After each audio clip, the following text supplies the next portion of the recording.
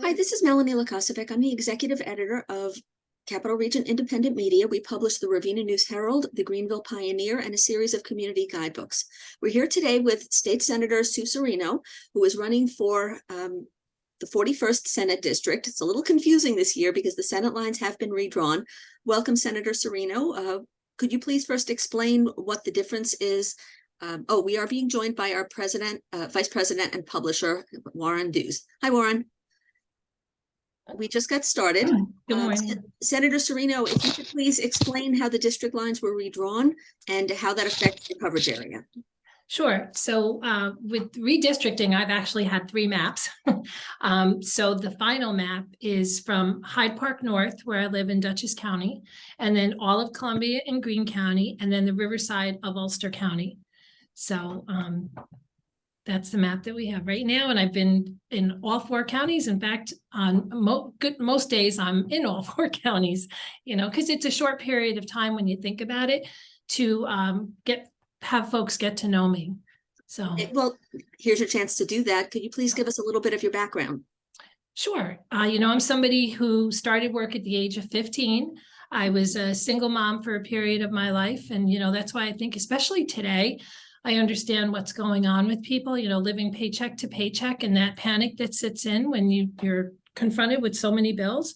And a lot of people are in that situation right now. And, a lot of fear going on coming up for the winter when you think about our high utility cost, our fuel oil cost, especially for seniors. I was the chair of aging, and I'm still in the aging committee as the ranker, and they live on a fixed income. How are they going to do it?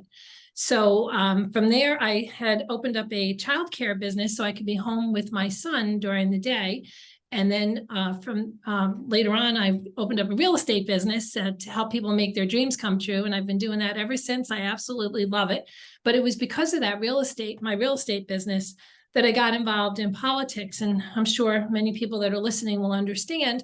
My husband and I took a building built in the 1800s, made it like new, and then went to the town for approvals. And they said, oh, well, now you have to do this, this, and this.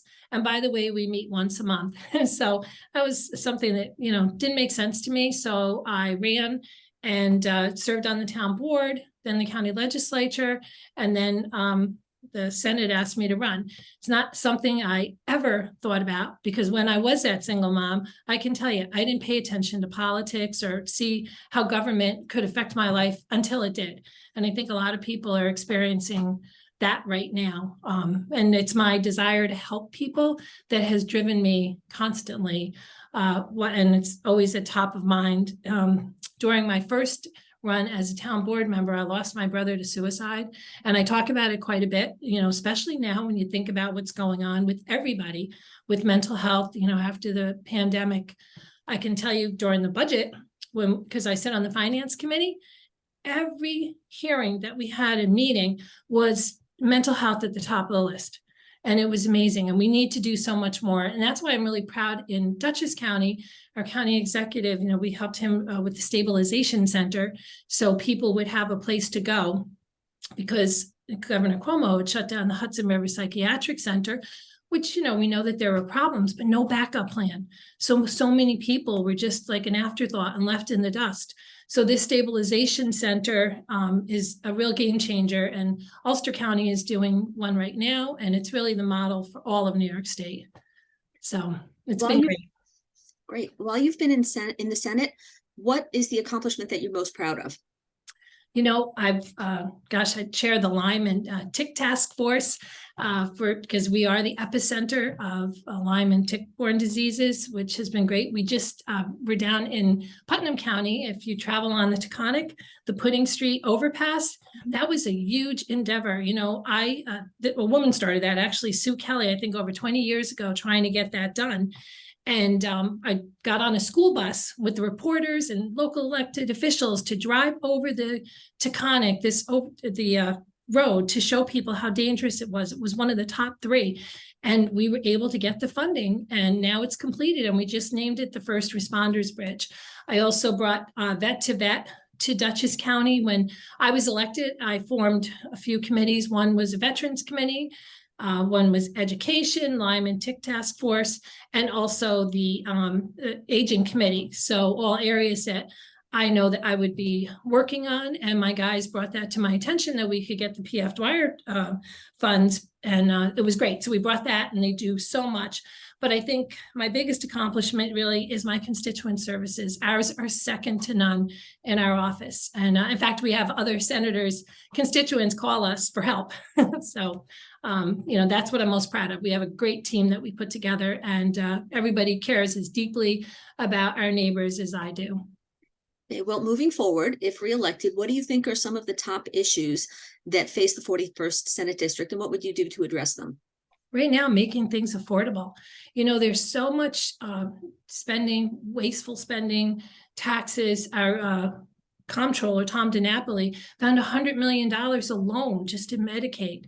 So there's so many things that we can work on, and we should be working on to make it more affordable. I think about our seniors, right? I always go back to our seniors, but they made our communities what we love today, and we want to be able to keep them here.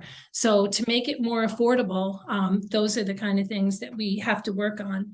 And public safety is a huge issue.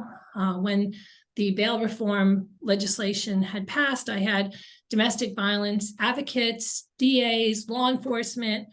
They were Democrats and Republicans come to me and talk to me about the loopholes, and they really sounded the alarm. And I've said this right from the beginning. Bail reform started with the best of intentions. People with a low level offense should not be held because they don't have the means. It just went way too far.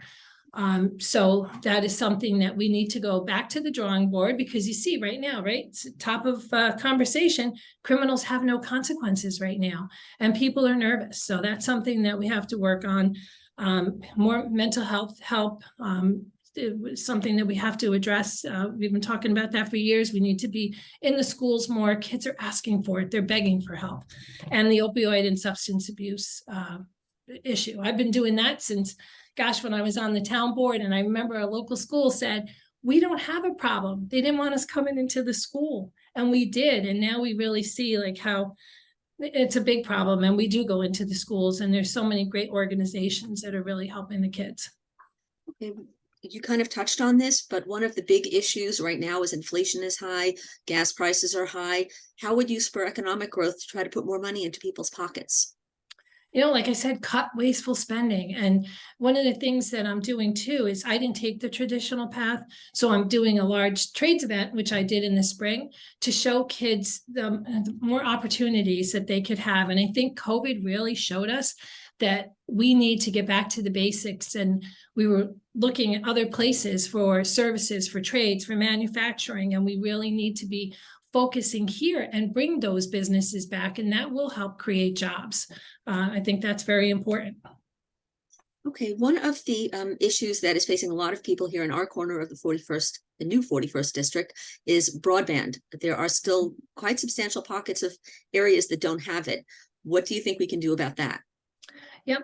We had put a large amount of money in for broadband when Governor Cuomo was in office. And it's crazy that there is still pockets of places that don't have broadband services. And again, we have to make it where it's less expensive, less taxes. The fiber optic tax was something that we worked on last year and we were successful with, and we have to do more. I also talked to some of the companies to ask them about giving senior discounts, but sometimes too, in some of the areas, you only have one provider, and that can be difficult. So, and I think also, with the not having the service, you also need high speed internet service. And what was great, just to put a plug in for our libraries, because our libraries are amazing during COVID. A lot of people are utilizing the libraries, or even going into their parking lot just to be able to utilize those services. Okay, this is an issue that's on the national stage right now, reproductive rights and abortion. Can you please state where you stand on that issue? Absolutely. And, my opponent has been telling people what my stance is, and I can tell you, no one should tell a woman what her stance is. This is a very, very sensitive subject on both sides. We had a bill that came before us called the Equal Rights Amendment, and I voted for it. What that bill would do is it would put it out to the public for a vote, because I don't believe politicians should be telling women what to do. And so that's really the fair way to do it. Because like I said, it's sensitive on both sides. There was a Reproductive Health Act that came before us. My son was born 5.5 weeks early, and I lost him, almost lost him, not just once, but twice. So I realized how fragile and precious life is. So that bill would actually allow abortions up until the 9th month and have not allowed non-doctors to perform them. So that's something that I could not support. And, you know, when you see 80%, something like that, of the public does not support that either. Okay, here's your chance to have a final message to the voters. What would you like people to know about your candidacy? You know, I'm somebody who, with my life experience, whether it's being a single mom or a business owner, I really want them to know that I'm here to help. And that's why, you know, like people say, gosh, Sue, you are all over the place. But I learned early on that most people don't think to call a senator's office, right, for anything. And by me being in the public, people come up to me all the time to ask me or tell me that this is going on or they need this. And that's why we've been able to help so many people. They know, and I'm accessible. I give people my cell phone number. I tell them, don't call me senator. I'm Sue. I'm your neighbor and your friend. And, you know, hopefully, you know, we will be successful on November 8th, and we will continue to do the work that we love and be able to help people.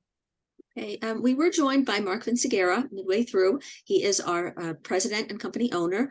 Mark, Warren, do either one of you have any questions for Senator Serino? Not from my end. I think you've covered it very well, Melanie. Okay, Warren. No, I don't have anything either. Thank you so much. Okay, well, everyone, thank you for joining us. This was State Senator Sue Serino, who is running for the newly created 41st State Senate District. Thank you for joining us, Senator, and thank you for watching. Thank you, Melanie. Thank you, Warren and Mark. Nice to meet you guys. All right, bye, everybody. Thank you. Thanks. Have a Bye. great day. All right. You Bye too. now. Thank you very much. Thanks.